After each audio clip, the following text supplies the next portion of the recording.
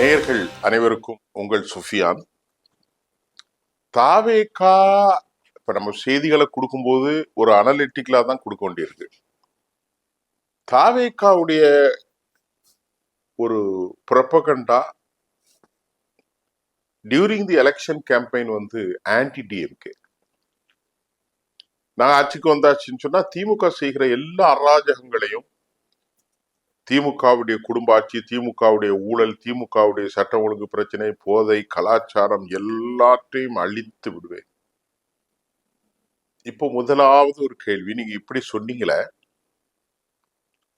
37 வழக்குகள் சிபிஐயால் கைது செய்யப்பட்ட ஒருத்தர், 37 வழக்குகள் அவர் மீது இருக்கிறது. 100 கோடி ரூபாய் சொத்தை திருட்டு போர்ஜரியின் மூலம், திருட்டு பத்திரங்களின் மூலம், திருட்டு டாக்குமெண்ட்ஸ் ரெடி பண்ணி சிறையில் வைக்கப்பட்ட ஒருத்தர் தான் எம்ஆர் பாஸ்கர், விஜயபாஸ்கர்.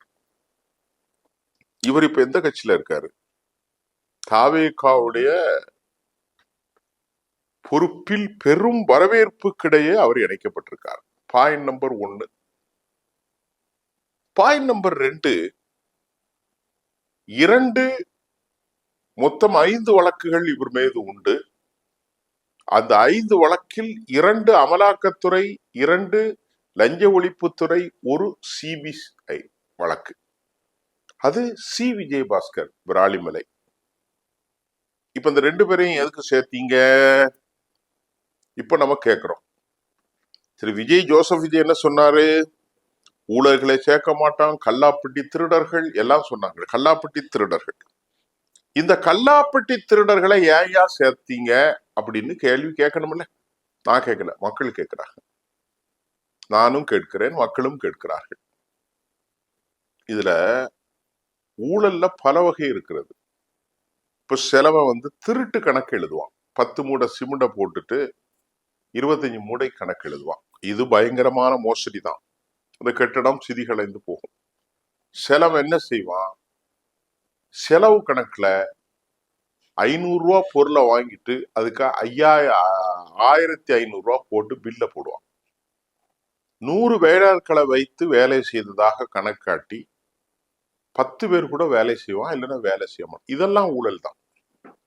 ஆனா சி விஜயபாஸ்கர் விராலிமலையில அவர் செஞ்ச ஊழலை பத்தி மனசாட்சி உள்ள எவனுமே ஏற்றுக்கொள்ள மாட்டாங்க. அவர் செஞ்ச ஊழல் என்ன தெரியுமா தோழர்களே? அவர் உயிரை காக்கக்கூடிய தெய்வீக அடிப்படையிலான ஒரு பணி, ஒரு மருத்துவ பணி, சாதாரண பணி கிடையாது. இந்த மருத்துவர்கள் எந்த ஏழை வந்தாலும் சரி, உடனடியாக அவர்கள் தனது உயிரை காப்பாற்று. அவங்ககிட்ட பணம் இருக்கா, காசு இருக்கான்னு பார்க்கவே கூடாது. ஆனா இன்றைக்கு அந்த மாதிரி ஒரு நிலவரம் இல்லை. மருத்துவர்கள் சொல்றாங்க, நாங்க அப்படி பண்ண முடியாது, நாங்க 1 கோடி ரூபாய்க்கு வங்கியில கடன் வாங்கித்தான் ஸ்கேன் பண்றோம். சரி, அது ஒரு பக்கம் இருந்தாலும் தெய்வீக பணி தான் மருத்துவ பணி. ஒரு நோயிட்டவரை காப்பாத்தின உடனே அந்த குடும்பமும் அந்த நோயாளியும் பறக்கூடிய மகிழ்ச்சி, அப்பப்பப்பா, அந்த அளவுக்கு ஒரு எல்லாரை விட பார்க்கும்போதே டாக்டர் வாங்க டாக்டர், டாக்டர் உங்களால தானே அவர் சொல்லுவார், அல்ல டாக்டர் என்னால இல்லை, எல்லாம் இறைவனுடைய கிருபை அப்படிதான் சொல்லுவாங்க. அப்படிப்பட்ட ஒரு உயர்ந்த பதவிங்க மருத்துவ பதவி. அப்படிப்பட்ட மருத்துவராக இருந்த திரு சி விஜயபாஸ்கர், அவர் அரசியல்வாதி இல்லை, ஒரு டாக்டர், ஆங்கில டாக்டர். அவர் என்ன செஞ்சார் தெரியுமா? கேன்சர் வரக்கூடிய மாவோ, குட்கா எப்பமாவது ஒண்ணு போட்டா இல்ல, டெய்லி 10 பாக்கெட் போடுறான். காலு ஹான்ஸ்னு ஒண்ணு இப்படி தூக்கிக்குள்ள வச்சிருவான். இந்த மாதிரியான பாக்குகளை விற்பதற்கு தமிழ்நாட்டில் அனுமதி கொடுத்து 40 கோடி ரூபாய் வாங்கியிருக்காரு இந்த சி விஜயபாஸ்கர். எத்தனை கோடி? 40 கோடி. மாதம் 14 லட்சம் ரூபாய் கொடுத்து அதுவும் பெற்றிருக்காரு. 40 கோடி பெற்றது மட்டும் மாசம் 14 லட்சம். 2013 21 வயசு பல கோடி கோடியா சம்பாதிச்சு சொத்து சேர்த்து அவருக்கு அடுத்த வழக்கு வருமானத்திற்கு அதிகமான சொத்து அவர் மீது, அவரது மனைவி மீது, அதே போல ஆர்கே நகர்ல 85 கோடியா திருட்டுத்தனமா மேனிபுலேஷன் மணி கள்ள ஓட்டு போடுவதற்கு கொடுத்த வழக்கு. இத்தனை வழக்குகள். மத்திய அமலாக்கத்துறை 2 வழக்கு, அதே போல லஞ்ச ஒழிப்புத்துறை டிவிஎஸ்சி 2 வழக்கு, அதே போன்று Central Bureau of Investigation CBI 1 வழக்கு. இவரு இந்த 2 தேச புதல்வர்களும் உண்மையானவர்களும் இப்பொழுது தாவேகாவில் இணைந்து தேச பணியாற்ற போகிறார்கள். மக்கள் நலப்பணிகளை அவர்கள் கொடுக்க போகிறார்கள். இது எவ்வளவு நல்ல செய்தி. எல்லாரும் ஊழல் செய்யத்தான் செய்வான். இப்போ இதுல எம்ஆர் விஜயபாஸ்கர் ஒரு போர்ஜரி ஆசாமி. அவர் கள்ள பத்திரம் போட்டா திருட்டு டாக்குமெண்ட்ஸ் ரெடி பண்ணி அரச சொத்தை அல்லது தனியார் சொத்தை 100 கோடி ரூபாய் பெருமானம் உள்ள சொத்தை திருட்டு டாக்குமெண்ட்ஸ் ஒவ்வொருத்தனுக்கும் 5 கோடி 3 கோடி 4 கோடின்னு கொடுத்து அவர் பெரிய விஷயத்த ஆட்டையை போட்டார். அவர் மீது கம்ப்ளைண்ட் ஆகி அந்த கம்ப்ளைண்ட் மூலம் அவர் சிறை வைக்கப்பட்டார் சிபிஐ போலீசாரால். 37 வழக்குகள்ல தற்போது 7 வழக்குகளுக்கு தீர்ப்பு வந்திருக்கிறது. இன்னும் 30 வழக்குகள் பெண்டிங் இருக்கிறது. வருமானத்திற்கு அதிகமான சொத்தை சேர்த்ததுல டிரான்ஸ்போர்ட் கார்பரேஷன் மினிஸ்டரா இருந்து பெரிய கொள்ளை. இப்படிப்பட்ட ஒருத்தரும் மனித உயிர்களை காப்பாற்ற வேண்டிய பதறி போகக்கூடிய ஒரு சிறந்த ப்ரொஃபஷன் இந்த உலகத்தில் எதுன்னா மருத்துவம் தான். ஏன்னா நீ மருத்துவரா இருக்கிறீங்க திரு சி விஜயபாஸ்கர். உங்களுக்கு தெரியாதா, பல குடும்பங்களுக்கு விற்பானே நமக்கு 40 கோடி ரூபா அவன் தாரான்னா அவன் எத்தனை கோடிக்கு விற்பான்? 4000 கோடிக்கு விற்பான் வருஷத்துக்கு. உனக்கு 40 கோடி கொடுத்துருவானா 400 கோடிக்கா வித்திருப்பான். 20 மடங்கு 30 மடங்கு வித்துருவான். 1000 கோடிக்கு விற்பான்.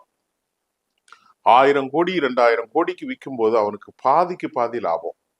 அந்த 1000 கோடி லாபம் கிடைக்கிறதுல உனக்கு 40 கோடி தரான். இந்த 1000 கோடி போதைகளை கேரளா எல்லாம் இந்த பார்டர்ல இருந்து கம்ப்ளீட்டா பாண்டிச்சேரி தமிழ்நாடு முழுவதுமாக டிஸ்ட்ரிபியூஷன்.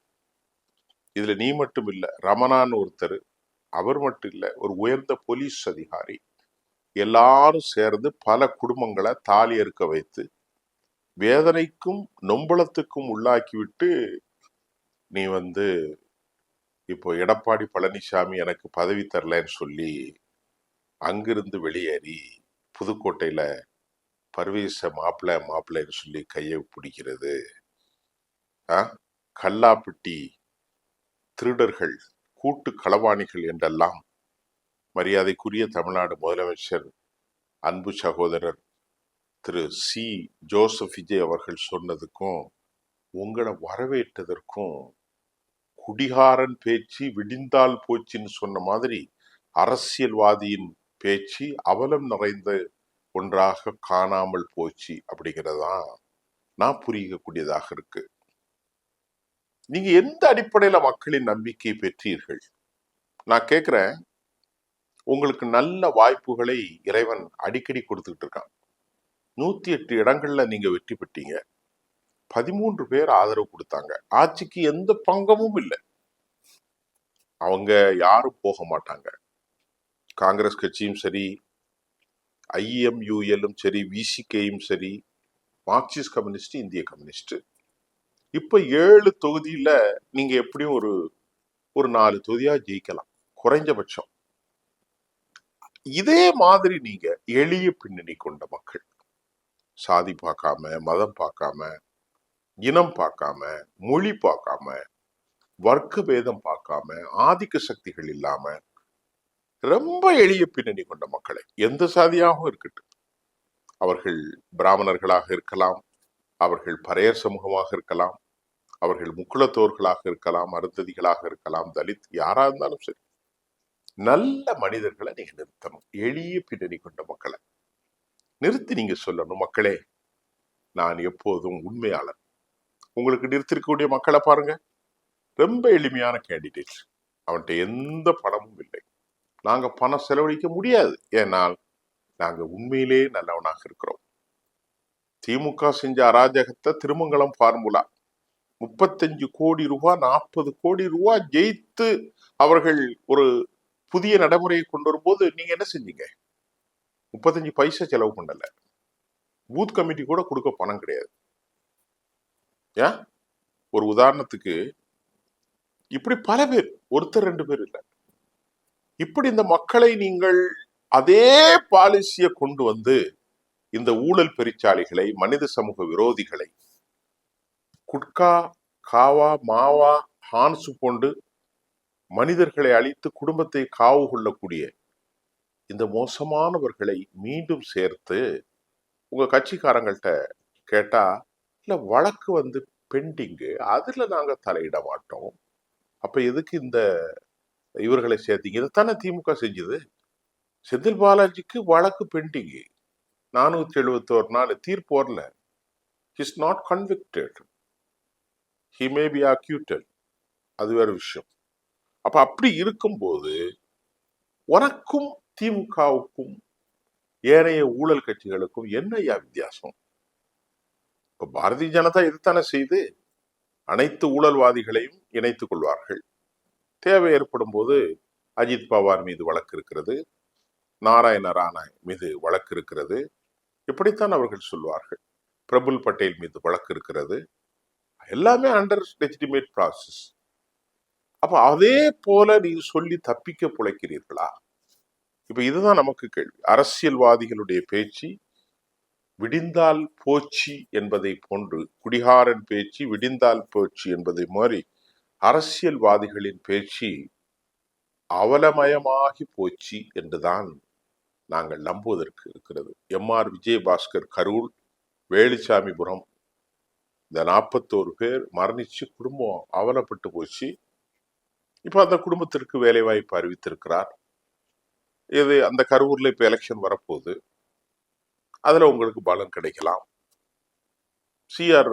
விஜயபாஸ்கரை கொண்டு சேர்த்துட்டீங்க, எம்.ஆர். விஜயபாஸ்கரை, சி. விஜயபாஸ்கரை விராலிமலையில சேர்த்துட்டீங்க. அவருக்குன்னு ஒரு சாதி பின்னணியில ஒரு பெரிய வாக்கு இருக்கும், அவர் வெற்றி பெறுவார். இந்த 2 பேரும் வெற்றி பெற்றால் 7, 2, 9. ஏற்கனவே அதிமுகவுல தாராபுரம், மதுராந்தகம், அம்பாசமுத்திரம், அத மாதிரி இன்னொருத்தர் ஜெயக்குமார், பெருந்துறை, அப்புறம் ஜோசப் சி விஜய் திருச்சி. இதுல ஒரு 5 தொகுதி 7 தொகுதி கிடைச்சா 6 தொகுதி கிடைக்கணும் அப்படிங்கிறதெல்லாம் உங்க நம்பிக்கை. திரு விஜய் அவர்களே, நீங்க சராசரி அரசியல்வாதி தான். ஒண்ணு புதுசா நாங்க நினைக்கிற மாதிரி இல்ல. உங்க அதிகமா நீங்க பேசாததுக்கு காரணம் இப்பதான் புரியுது. ரொம்ப விவரமான ஆளுங்க. நாங்க கொஞ்சம் அடுத்தடுத்து உங்களை பார்த்துட்டு தான் நீங்க எந்த அளவுக்கு உண்மையானவர்கள் என்பதை அடையாளம் காட்ட முடியும். நன்றி. மீண்டும் அடுத்த செய்தியில சந்திக்கிறோம்.